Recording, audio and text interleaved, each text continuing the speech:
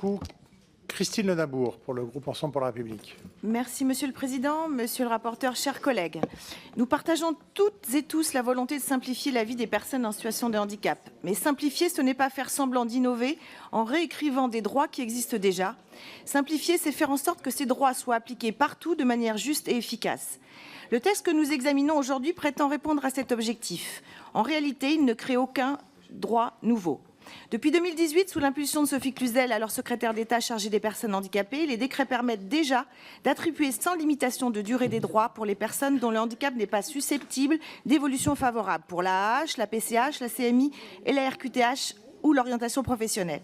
Ces avancées ont été le fruit de longs combats associatifs et elles sont aujourd'hui pleinement inscrites dans le droit. Le problème n'est donc pas législatif, mais pratique. Les disparités entre départements, les lenteurs administratives, les renouvellements inutiles et le manque de moyens dans les MDPH fragilisent les parcours. Avant de changer la loi, il faut garantir son application.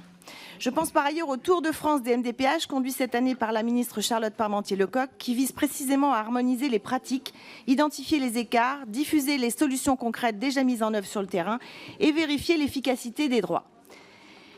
Ensuite, ces propositions témoignent d'une méconnaissance du droit du handicap.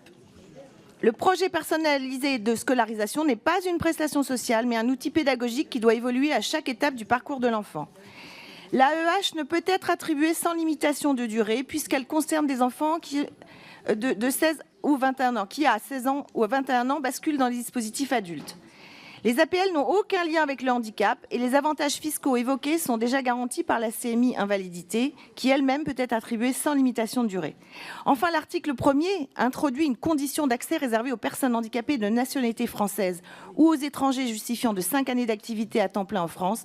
C'est une restriction discriminante, contraire à l'esprit de la loi de 2005, aux principes constitutionnels d'égalité devant la loi et aux engagements internationaux de la France.